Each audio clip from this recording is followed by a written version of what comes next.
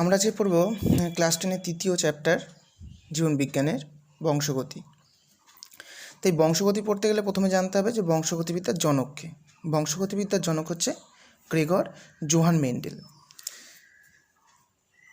ফার্স্টে আমাদের যেটা জানতে হবে যে বংশগতি কী। বংশগতি হচ্ছে পিতামাতা চারিত্রিক বৈশিষ্ট্যগুলি বংশ পরম্পরায় সন্তান সন্ততিদের মধ্যে সঞ্চারিত হওয়া, সেটাই হচ্ছে বংশগতি। তাহলে পিতামাতার চারিত্রিক বৈশিষ্ট্যগুলি তাদের সন্তান সন্ততিদের মধ্যে যাবে, এটাই আমরা স্বাভাবিক জানি, এবং সেই জিনিসটা নিয়ে আমাদের পড়ার বিষয়ই হচ্ছে বংশগতি। এই বংশগতি পড়তে গেলে আমাদের আরও দুটো জিনিস আসে, যে বংশগতি পড়তে গেলে আরও দুটো জিনিস আসে, যেমন কি একটা হচ্ছে প্রকরণ, একটা হচ্ছে মিউটেশন। তাহলে প্রকরণটা কী আর মিউটেশনটা কী? প্রকরণটা হচ্ছে জিনের মাধ্যমে বা পরিবেশের প্রভাবজনিত কারণে একই প্রজাতিভুক্ত জীবেদের চারিত্রিক বৈশিষ্ট্যের যে পার্থক্য লক্ষ্য করা যায়, অর্থাৎ জিনের মাধ্যমে পরিবেশের প্রভাবজনিত কারণও হতে পারে একই প্রজাতিভুক্ত জীবের চারিত্রিক বৈশিষ্ট্যের যে পার্থক্য লক্ষ্য করা যায়, সেটাই হচ্ছে ভেদ বা প্রকরণ। এবং জীবের প্রোটোপ্লাজম সংগঠনের আকস্মিক কোনো পরিবর্তন ঘটিয়ে নতুন প্রজাতির উৎপত্তি হওয়াকে বলা হয় মিউটেশন।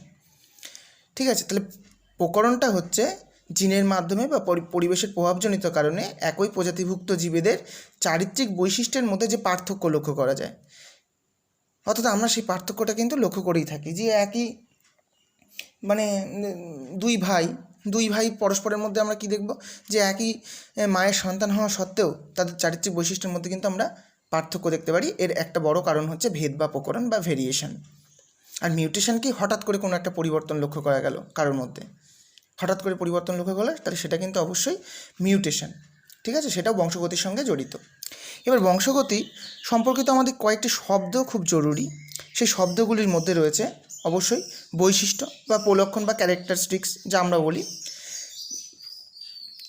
বংশগতির বৈশিষ্ট্যটা কি?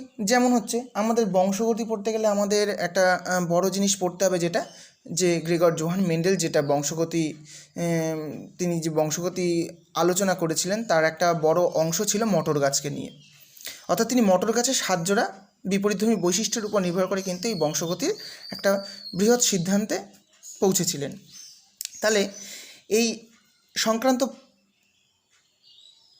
পড়াশোনার জন্য অবশ্যই মেন্ডেল যেটাকে নিয়ে বেঁচেছিলেন সেটা হচ্ছে মটর গাছ। আমরাও অবশ্যই আমাদের যে বংশগতি যে কয়েকটি শব্দ ব্যবহার করব, সেখানেও প্রত্যেক ক্ষেত্রেই আমরা কিন্তু মটর গাছ সংক্রান্ত তথ্যগুলোকেই ব্যবহার করব। যেমন ধরো প্রথমে বললাম বৈশিষ্ট্য বা প্রলক্ষণ কী। তাহলে বংশগত বৈশিষ্ট্য বহনকারী নির্দিষ্ট একককে বৈশিষ্ট্য বলে। যেমন কি, যেমন আমরা যদি ধরি এই বৈশিষ্ট্যের মধ্যে, যেমন আমরা ধরি যে মটর গাছ ধরলাম, তাহলে মটর গাছের মেন্ডেল তার মটর গাছের কাণ্ডের দৈর্ঘ্যের উপর তিনি দুটো দিক দেখেছিলেন। একটা হচ্ছে লম্বা মটর গাছ, আর একটা হচ্ছে খর্ব, অর্থাৎ হচ্ছে বেটে মটর গাছ। তাহলে এই যে লম্বা মটর গাছকে তিনি টি দিয়ে প্রকাশ করেছিলেন এবং খর্বকে স্মল টি দিয়ে প্রকাশ করেছিলেন। তাহলে ক্যাপিটাল টি দিয়ে লম্বাকে প্রকাশ করেছিলেন এবং স্মল টি দিয়ে তিনি খর্বকে প্রকাশ করেছিলেন। তাহলে এই এক একটা এই যে ক্যাপিটাল টি, স্মল টি, এই যে লম্বা বা খর্ব, তাহলে এটা কি? এটাই হচ্ছে কিন্তু এর বৈশিষ্ট্য বা প্রলক্ষণ। এবার দ্বিতীয় চলে আসবো অ্যালিল। তাহলে অ্যালিলটা কি? বলছে সমসমস্ত ক্রোমোজোমের নির্দিষ্ট বিন্দুতে বা আমরা বলতে পারি লোকাসে যে দুটি জিন অবস্থান করে তাদের পরস্পরে অ্যালিল বলে। তাহলে এই যে এখানে বললাম যে নির্দিষ্ট বিন্দুতে বা লোকাসে, তাহলে লোকাসটা কোথা থেকে আসলো? তাহলে আমাদের লোকাসটাও জানতে হবে অবশ্যই। তাহলে লোকাসটা জানতে গেলে আমাদের বলতে হবে কি, যে ক্রোমোজোমের উপর যে স্থানে কোনো জিন অবস্থান করে। লোকাস কথা এখানে এক কথায় বলতে গেলে আমরা বলতে পারি যে যেখানে যে জিনগুলো অবস্থান করে, জিনগুলো থাকে বলতে পারি এক কথায়, তাহলে সেইটাই কিন্তু তাদের লোকাস বলা হয়, সেই স্থানটিকে বলা হয় লোকাস। তাহলে সেখানে লোকাসটা যখন আমরা জানলাম, সেখান থেকে আমরা আবার অ্যালিলে ফিরে যাই। তাহলে অ্যালিলটা কি? অ্যালিলটা হচ্ছে সমসমস্ত ক্রোমোজোমের নির্দিষ্ট বিন্দুতে বা লোকাসে যে দুটি জিন অবস্থান করে তাদের পরস্পরে অ্যালিল বলে। যেমন আমি যদি লম্বা বৈশিষ্ট্য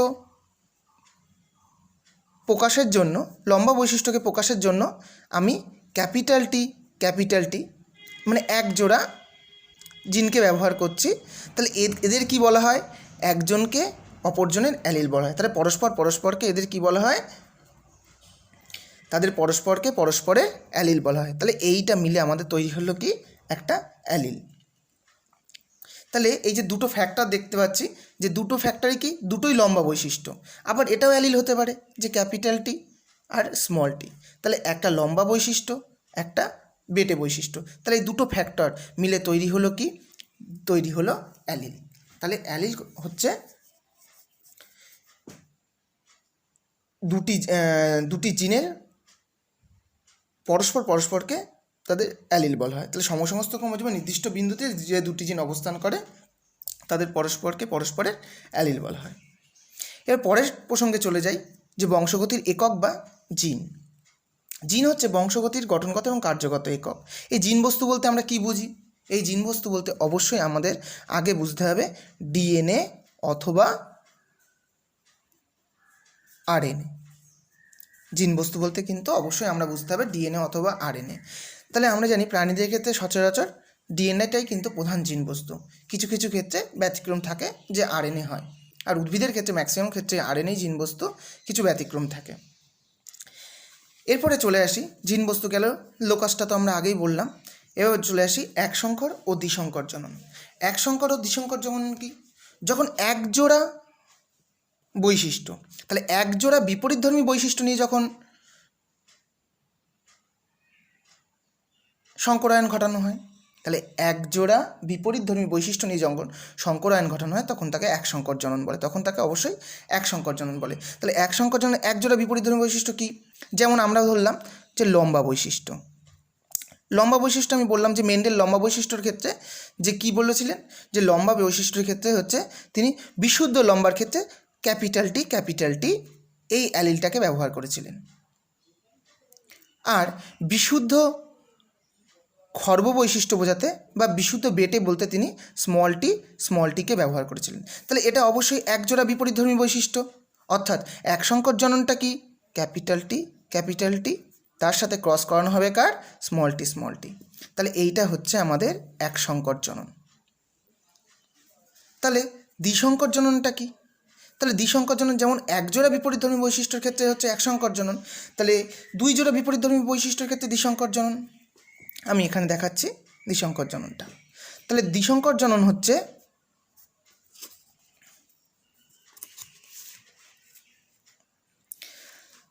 তাহলে দ্বিসংকর জননটা কি? দুই জোড়া বিপরীতধর্মী বৈশিষ্ট্য। যেমন আমি ধরতে পারি যে মটর গাছের বীজের আকার অনুসারে গোলাকার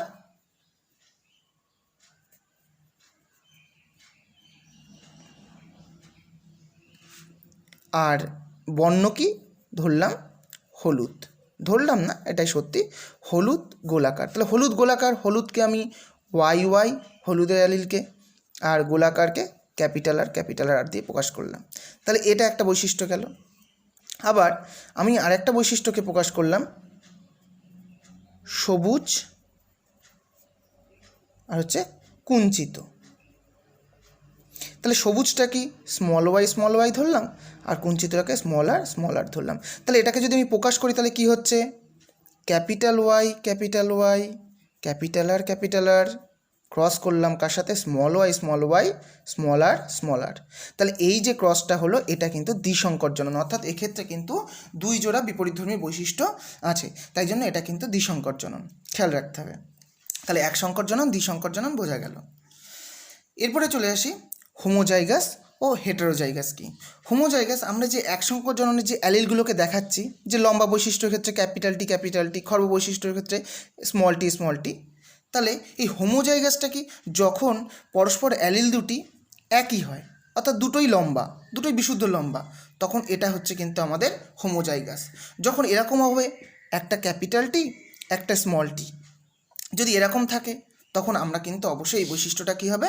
হেটেরোজাইগাস, অর্থাৎ দুটো আলাদা বৈশিষ্ট্যের মিল আছে কিন্তু এখানে ক্যাপিটাল টি মানে লম্বা বৈশিষ্ট্য, স্মল টি খর্ব বৈশিষ্ট্য, তাই দুটো মিল আছে, তাহলে এটা কিন্তু হেটেরোজাইগাস অবস্থা প্রকাশ করে। তাহলে এটা হচ্ছে হোমোজাইগাস অবস্থা, এটা হচ্ছে হেটেরোজাইগাস অবস্থা প্রকাশ করে।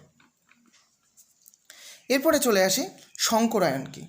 তাহলে সংকরায়ন এক্ষুনি আমি বললাম যে এক সংকর জননের ক্ষেত্রে আমরা capital T into small tea দেখালাম বা ক্রস করলাম, আর দ্বিসংকর জননের ক্ষেত্রে আমরা ওয়াই অর্থাৎ হলুদ গোলাকারের সাথে সবুজ কুঞ্চিত ক্রস করলাম।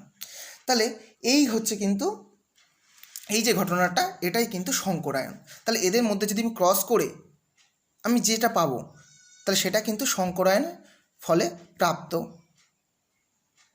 মটর গাছ বলতে পারি, বা যাই হোক যদি প্রাণীদের মানুষের ক্ষেত্রে বলি তাহলে প্রাপ্ত মানুষ। যেমন ধরুন বলছি, যেটা হচ্ছে এখানে আমাদের আরেকটা জিনিস চলে আসবে, এর সাথে আমাদের জনিত্রীজনু অপত্যজনু জিনিসটা চলে আসবে। তাহলে আমি দেখাই একটা ছোট্ট করে, সেটা হচ্ছে আমরা এক সংকর জননের ক্ষেত্রে আমরা কী পেলাম, যে ক্যাপিটাল টি তার সাথে ক্রস করেছি কি স্মল টি। তাহলে এই যে ক্যাপিটাল টি স্মল টি এটা আমরা প্রথম অবস্থায় পেয়েছি। তাহলে যদি আমরা মানুষের ক্ষেত্রে এটা কল্পনা করি, এটা যদি পিতা হয়, এটা মাতা, তাহলে পিতামাতার যেহেতু পিতামাতার এখানে সংকরায়ন ঘটছে, তাই এইটার নাম দেব প্যারেন্টাইল জনু বা পিজনু। এবং এদের জননের ফলে যে প্রথম সংকর অপত্যটা পাবো সেটা কী প্রকৃতির হবে, সেটা যেমন পিতা যদি এটা হয় তাহলে এখান থেকে ক্যাপিটাল টি পেলো, আর এটা যদি মাতা হয় তার থেকে স্মল টি পেলো। তাহলে এইরকম একটা সংকর, অর্থাৎ আমি একটু আগে যেটা বললাম যে হেটেরোজাইগাস অবস্থা কিন্তু প্রাপ্ত হবে। তাহলে এটা হেটেরোজাইগাস অবস্থা প্রাপ্ত হবে। তাহলে এই জনুটাকে কি বলবো, এই জনুটাকে বলবো F1 জনু। বোঝা গেল? তাহলে এই জনুটাকে আমরা কিন্তু বলবো F1 জনু। এবার এই যদি আমাদের F1 জনুর সঙ্গে যদি আমরা ক্রস করি, F1 জনুদের মধ্যে যদি আমি ক্রস করি, তাহলে ক্যাপিটাল টি স্মল টি আর ক্যাপিটাল টি স্মল টি এদের যদি ক্রস করা হয়, তাহলে এই F1 জনুর মধ্যে যদি ক্রস হয়, তখন যেটা প্রাপ্ত হবে সেটা আমরা সম্ভবত চারটে জিনিস পাবো। সেই চারটে জিনিস কী কী পেতে পারি? চারটে জিনিস পাওয়ার সম্ভাবনা কী কী? একটা ক্যাপিটাল টি এখান থেকে পেয়ে এখানে স্মল টি, এখান থেকে একটা ক্যাপিটাল টি, এর থেকে একটা ক্যাপিটাল টি, এখান থেকে একটা ক্যাপিটাল টি, এখানে একটা স্মল টি, আর এখানে হচ্ছে স্মল টি। এবার প্রশ্ন আসতে পারে যে ক্যাপিটাল টিটা কেন আমরা বারবার আগে লিখছি? কারণ ক্যাপিটাল টিটা হচ্ছে আমাদের প্রকট বৈশিষ্ট্য। অবশ্যই খেয়াল রাখতে হবে, ক্যাপিটাল টি আমাদের প্রকট বৈশিষ্ট্য আর স্মল টি হচ্ছে আমাদের প্রচ্ছন্ন বৈশিষ্ট্য। অর্থাৎ প্রকট বৈশিষ্ট্যটা যদি তোমার অ্যালিলের মধ্যে থাকে তা সে সর্বদাই আগে প্রকাশিত হবে, প্রচ্ছন্নটাকে চেপে রেখে দেবে। কাজেই প্রকটটা আগেই প্রকাশ পায়। যদি আমার প্রকট বৈশিষ্ট্য হিসেবে ক্যাপিটাল টি আমার কোথাও থাকে, তাহলে অবশ্যই সেই ক্যাপিটাল টিটা আগে আসবে, আমাদের যেন সেই জায়গাটায় ভুল না হয়। গেল।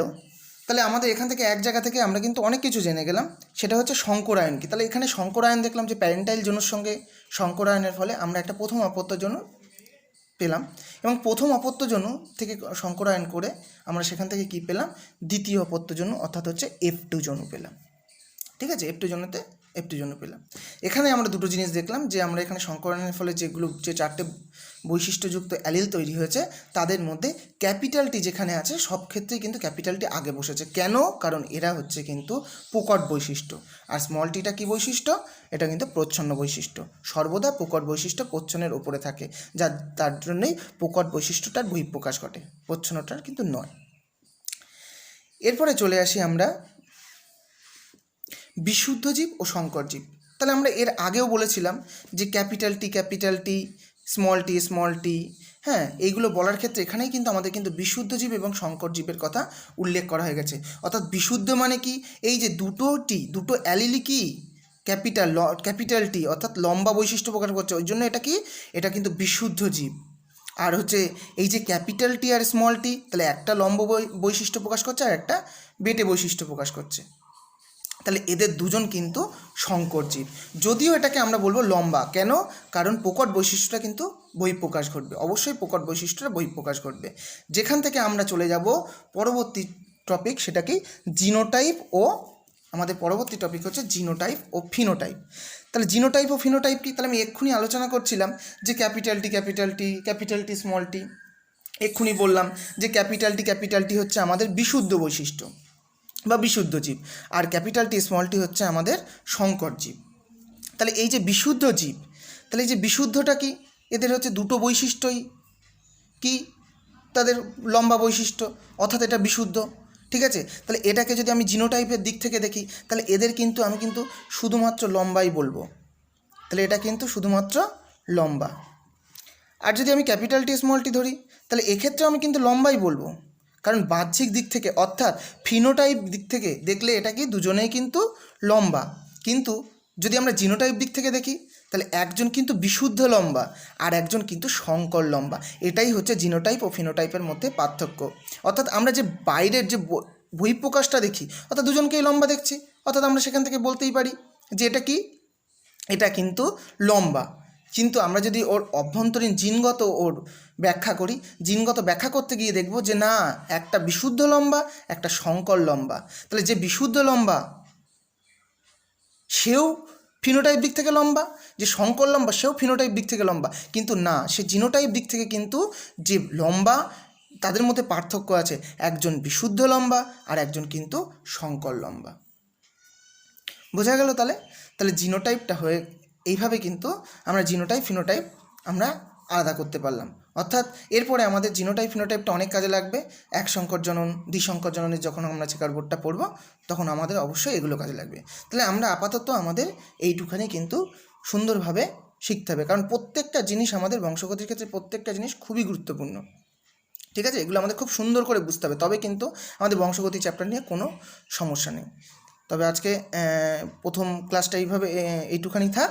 আমরা অবশ্যই দ্বিতীয় ক্লাসে পরবর্তী টপিক, অর্থাৎ মটর গাছের কেন মটর গাছকে তিনি বেছে নিয়েছিলেন, ঠিক আছে, মটর গাছের সাতজোড়া বিপরীত ধর্মী বৈশিষ্ট্য, এগুলো নিয়ে আলোচনা করব। এবং তার সাথে সাথে আমাদের মেন্ডেল যে সূত্রগুলো দেখিয়েছিলেন, এক সংকর জনন চেকার বোর্ড, দ্বিসংকর জনন চেকার বোর্ড, সেগুলো নিয়ে আমরা আলোচনা করব।